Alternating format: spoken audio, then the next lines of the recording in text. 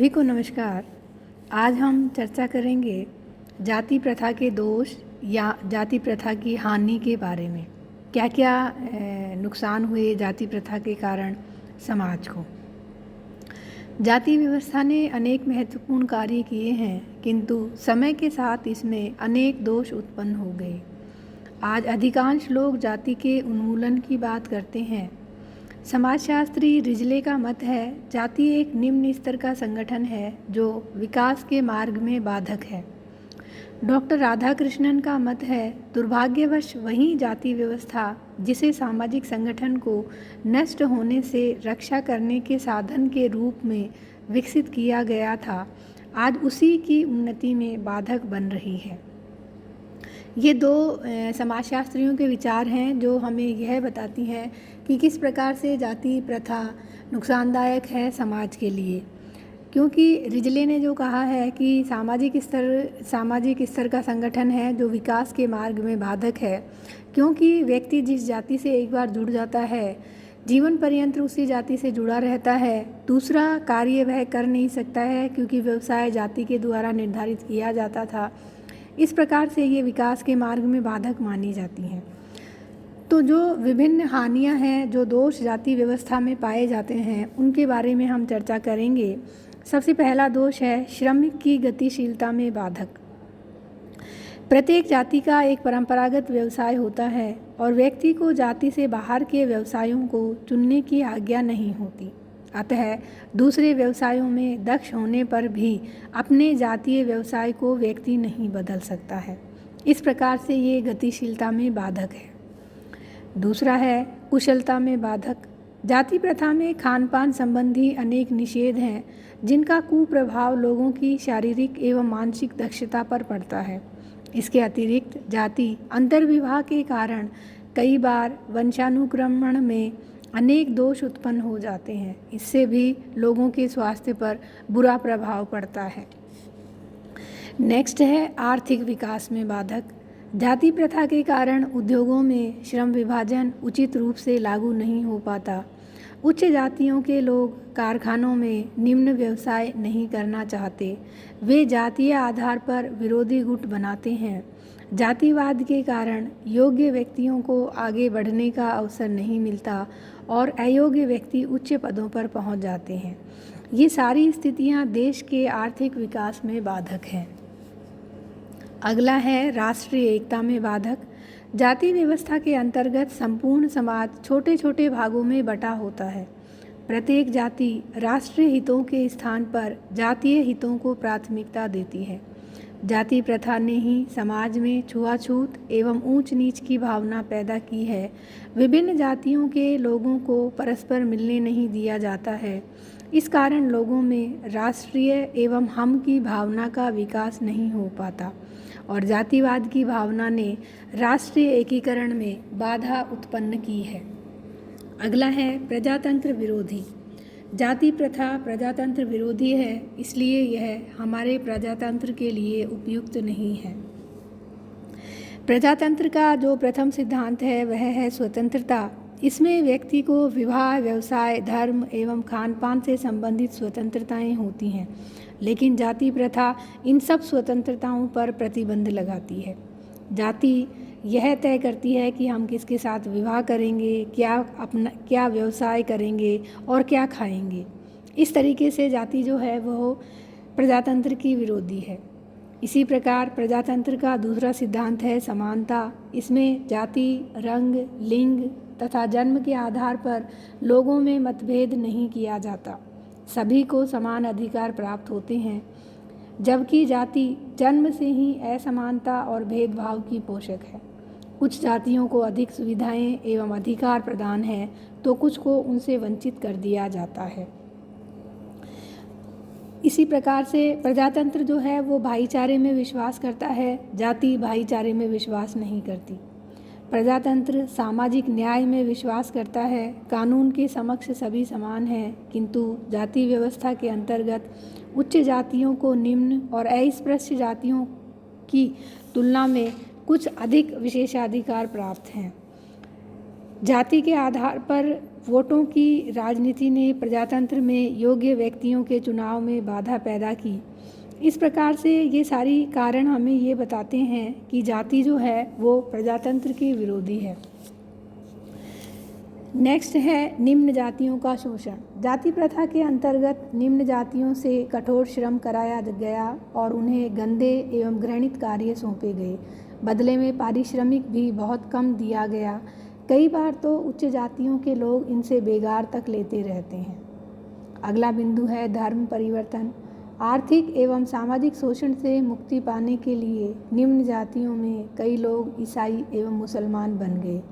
निम्न जातियों को हिंदू समाज में हेय दृष्टि से देखा जाता रहा है, किंतु जब वे धर्म परिवर्तन कर ईसाई या मुसलमान बन जाते हैं तो उनकी सामाजिक प्रतिष्ठा में वृद्धि हो जाती है। इस प्रकार धर्म परिवर्तन को प्रोत्साहन मिलता है। अगला बिंदु है समाज का विभाजन।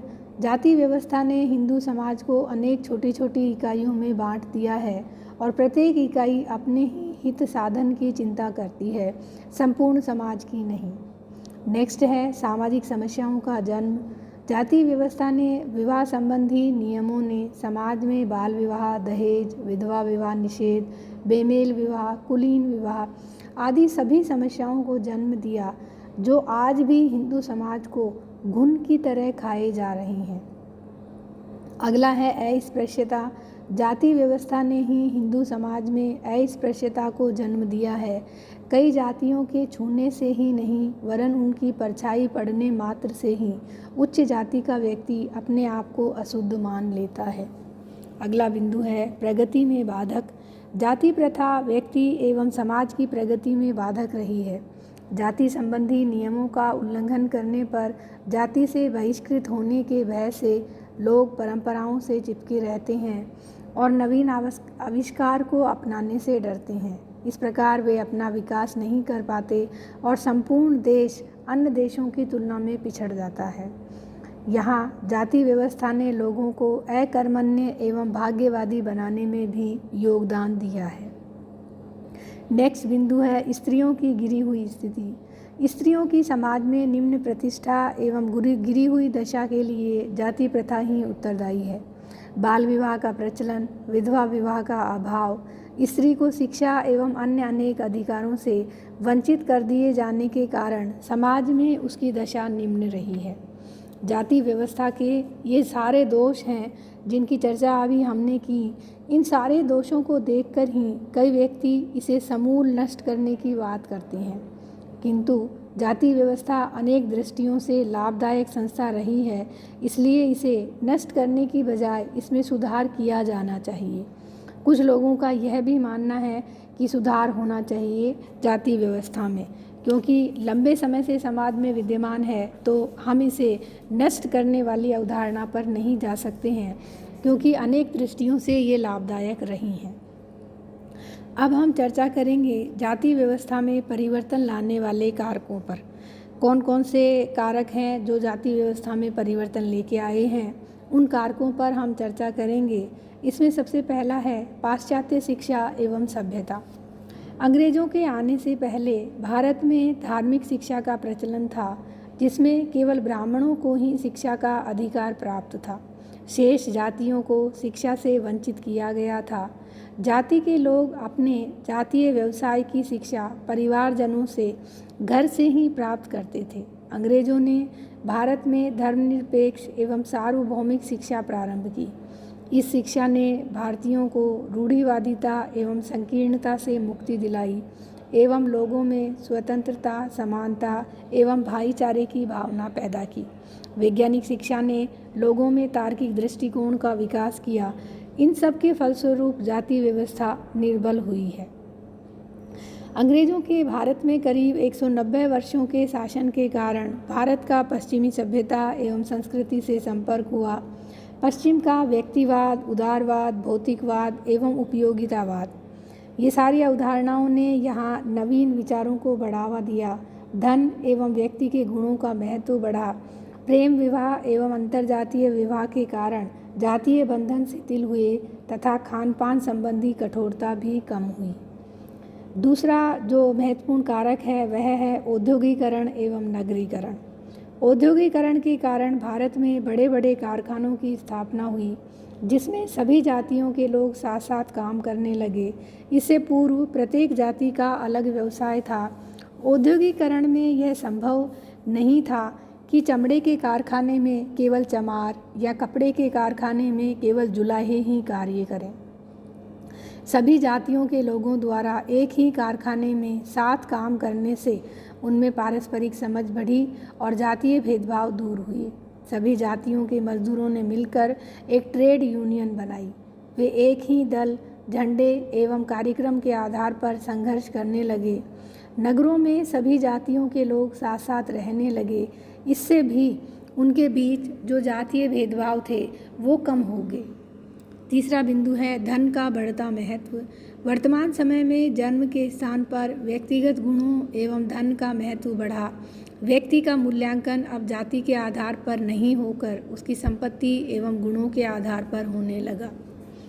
अगला है स्वतंत्रता आंदोलन।